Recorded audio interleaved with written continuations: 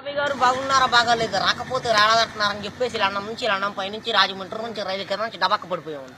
వచ్చేసామండి అమలాపురం పెట్రోల్ ధరలో వచ్చేసామండి. ఏమంటే మా ఇంట్లో డబ్బుకేం దానికేం లోటు లేదండి. మరి మా ఇంట్లో కోట్లు ఉంటే కుక్కలు తినేస్తున్నాయి, లక్షలు ఉంటే నక్కలు తినేస్తున్నాయి, ఏలుంటే ఆకలు తినేస్తున్నాయి, పదులుంటే పందులు తినేస్తున్నాయి, ఆఖరి చిల్లర ఉంటే చీమలు తినేస్తున్నాయి.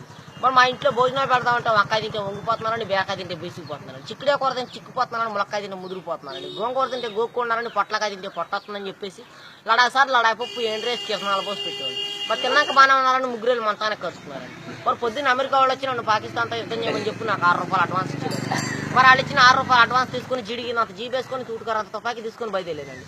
మరి జీడికినంత జీబులో డీజిల్ అయిపోయిందని చెప్పి జీబు వెళ్ళిపోయి చెరువులో పడిపోయిందని నేను వచ్చి ఇక్కడ పడిపోయానండి. మరి మాకు ఇచ్చే మామూలు మాకు ఇచ్చేస్తే పాకిస్తాన్తో యుద్ధాన్ని బయలుదేరుతాను. మరి మీకు ఏదైనా ఫ్యాక్టరీ కావాలని చెప్పండి. గుడివాడ గుడ్లు ఫ్యాక్టరీ మాదేనండి, దుబాయ్లో దూదు ఫ్యాక్టరీ మాదేనండి, ఏలూరులో ఎలకల ఫ్యాక్టరీ మాదేని, పామర్లో పందుల ఫ్యాక్టరీ మాదేనండి. మరి మీకు ఏదైనా ఫ్యాక్టరీ కావాలంటే రీఫిల్ లేని పెన్ తెచ్చుకుంటే మొత్తం రాసి చేస్తామండి. మరి మేము ఇల్లు కడదామంటే తాటాకైతే గలగలంటే ఇటుకే తిరిగిపోతుందండి, జమ్మ అయితే జారిపోతుందండి, పెంకైతే పేలిపోతుందండి, నా అయితే నలిగిపోతుందండి. మరి అందుకని చెప్పి మా ఆఫీసులో భలే కలపలు కనిపెట్టారండి. ఏమేమి కలపాలంటే బొబ్బాస్ కలపండి, జిల్లేడు కలపండి, ఉరిగడ్డి వాసాలండి, దొంగ దోలాలండి, చీపురు పుల్ల కిటికీలండి, పైన కోడిపీట ఆపండి. మరి పైన కోడిపీట ఆపేందుకంటారా వచ్చే వర్షాకాలంలో కారు సువాసన వస్తారు.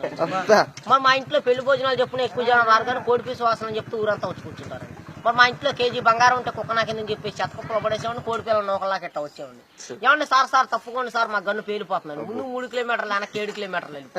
మరి ఆపు చేయమంటారు మూసేయమంటారు, ఆపు చేస్తే 6,000 మూసేస్తే 3,000 పక్క తప్పితే 10,000. మరి మా గన్నుకు లైసెన్స్ లేదండి, కాలిస్తే కేసు లేదండి. మరి మా గన్నులో ఇప్పుడు బుల్లెట్లు పెడితే అర్ధరాత్రి 12 గంటల పేలుతాయి.